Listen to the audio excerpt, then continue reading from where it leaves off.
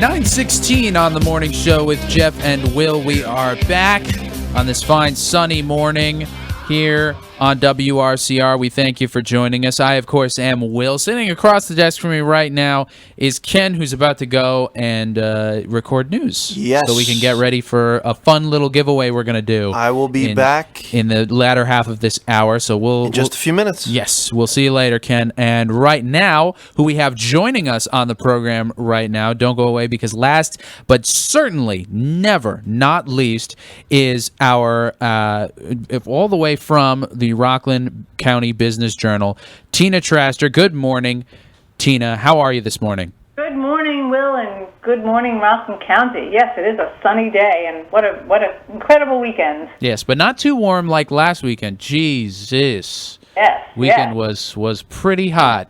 It was pretty hot. Speaking of hot, I love a segue. What's hot is the restaurant scene in Piermont. And as I write in my piece that was posted this morning, Americans have a tradition, and that is when the chips are down, they bet on themselves.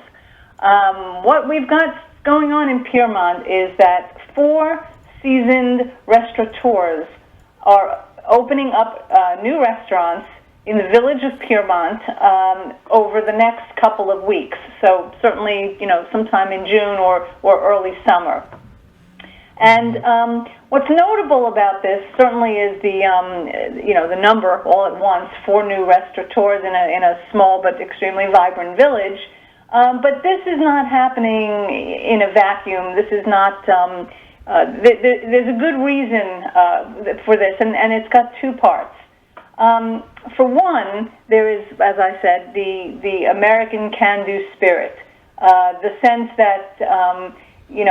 When people, what each of the restaurateurs and I spoke to all of them, say is that this is what they do. This is in their blood. They've all been in the restaurant business for years or decades. Some have multiple restaurants, or have sold, have new restaurants. But essentially, they all say that it's in their DNA. And this is what they do. Now, this is of course through the framework of the beating that restaurants have taken through the pandemic. The numbers vary in terms of what the national numbers look like, but scores and scores, hundreds of thousands of restaurants have closed, and on top of that. We're dealing with all of these very difficult conditions right now. Everything from, creeping up interest rates, inflation, chain supply disruption, and possibly a recession, gas prices.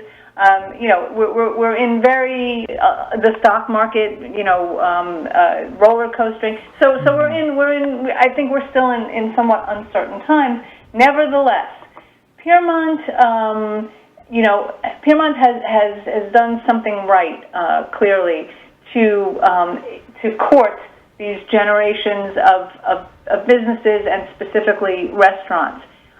Some of it is that it has its the built-in beauty of its location on the river. It's got a very walkable downtown. It's very inviting. And the mix of businesses, has always brought people down there. They have a vibrant farmers market, and they have, figured out how to promote themselves as a destination, not just for people in Piermont or even here in Rockland County, but the village has done a really good job of courting people from Westchester and Bergen County and even Manhattan. It's also a village through which all the bikers go on their way up 9W. So what we have are, as I said, four owners. One is a family, the Rileys, who own a string of Irish pubs in Manhattan, and they have bought a former restaurant, 14 and Hudson. We have the former owner of Wasabi in Nyack is opening it's called Sabi Sushi, and he is putting that in a location where a Mexican restaurant opened but closed over the course of the pandemic. Oh. Yeah, and in fact, that location has had since Xavier's, the famous Peter Kelly restaurant, left. It's had already 2 different iterations. But this is the gentleman who used to own Wasabi in Nyack. And then the team behind Burger Loft and District 96 in New City, which many people in the county certainly know, they plan to open a craft brewery in a location that according to the mayor, Bruce Tucker, has not had a tenant for decades. And finally, right in the center of the village is there was the people of Piermont know Gerhardt's Garage. And Otto, who ran that garage for decades. And so they're taking that former garage and transforming it into what sounds like a pretty ambitious concept, 130-seat. 130-seat, that's pretty big, restaurant, new American cuisine that's going to, as they told me, hedge their bets with a handcrafted menu and takeout and event space and special events. So I think that this is an interesting economic story. I think this is, all the restaurateurs said the same thing, which is the more the better, because it creates a hub of restaurants, a foodie destination. So they will all feed, no pun intended, off of one another's success, presumably. Mm-hmm. And I think also just of interesting note is that 2 of the 4 have actually bought the buildings and are transforming them into restaurants. Interesting. Yeah, and it's they're very different. I mean, you've got an Irish pub, you've got a craft brewery, you've got sushi, and you've got sort of a new American cuisine.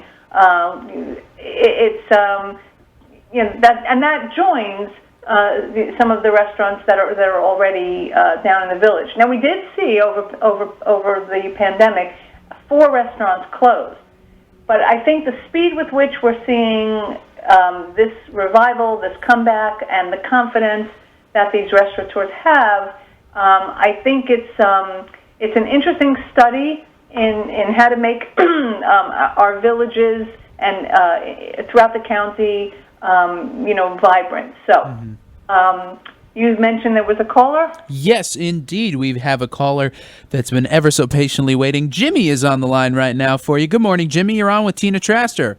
Good morning, Rockland. Good morning, everybody. Beautiful day, as was told earlier. So, I had the opportunity to read over the weekend the resolution as it was sent out to the New York State governor as some of our representatives. And I just want to bring something to the attention. Rockland Green, as some know, some don't, is headed by 5 of the town supervisors plus number of town mayors. Now, when you read this resolution here, and I have to say I'm not an attorney, you can see how costs that currently are being handled by towns will be shifted to the residents. So, and not only this, okay, it would give them the bounding power for the animal management, which currently they don't have. Jimmy, do you have a question that we can answer? Well, I like to finish and then you can ask. So my point here is that the cost will increase to Rockland residents. Okay, this is not being discussed here. At a previous session of the Rockland legislator Eldon Wolf asked the chairman of Rockland Green to talk about the finance and the costs, which were never answered here.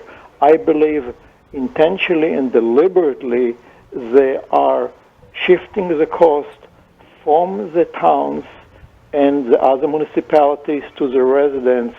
And as of now, there is a control of costs because the town have to handle it. Okay, Jimmy. So Jimmy, To the people. Jimmy, do you want Tina's opinion on this?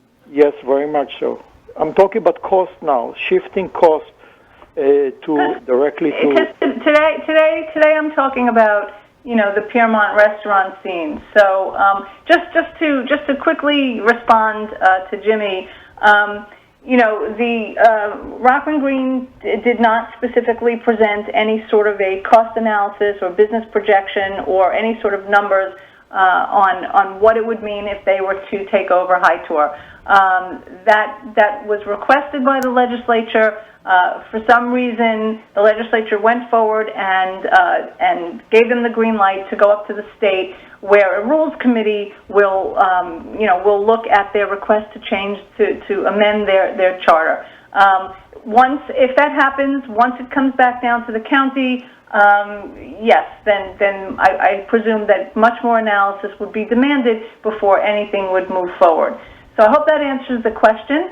Perfect. Thank you, Jimmy, for giving us a call. And back to Piermont. So you're looking at this situation very optimistically, I imagine. At least you're sounding very optimistic about what we're doing. I mean, I think that what we're seeing here is, the restaurant business is a tough business no matter what. The pandemic laid bare, every vulnerability that restaurants, could possibly deal with, and certainly, we've seen a massive shakeout. As I said, in Piermont alone, 4 restaurants closed over the last couple of years. But some of them, closed down their Piermont location and relocated elsewhere. In this particular, what seems to tie this together is timing, for one. They're all opening in the summer. 2, I'll tell you the one who I thought was the most interesting, okay? So Doug, who is going to be opening up the sushi place, he had 4 locations in Manhattan, in Madison Square, in the financial district, and 2 food halls at the Plaza Hotel. He had to close all 4 locations over the last couple of years. Wow. He said to us that, the city workers have not come back. It's been a big financial hit. I'm quoting him. But I'm confident about opening a restaurant in Piermont. It's what I know. It's what I'm good at. So here's somebody who has seen great devastation in terms of his locations. He's also somebody who used to own Wasabi in Nyack and had sold that. So he's very adept, not only as a chef but as a business person. Here, he is opening a much smaller restaurant. He's taking a gamble. He believes in Piermont. I guess he believes in Rockland County. And he's, despite what he's been through in the last couple of years, he's back at it. I think that sort of resilience, and I think it's just a classic American story. I think it's it's inspirational, and I think that I'm pretty sure that Piermont doesn't have another sushi restaurant, so he's got a good niche there. It's the spirit is interesting. The confidence in the place itself.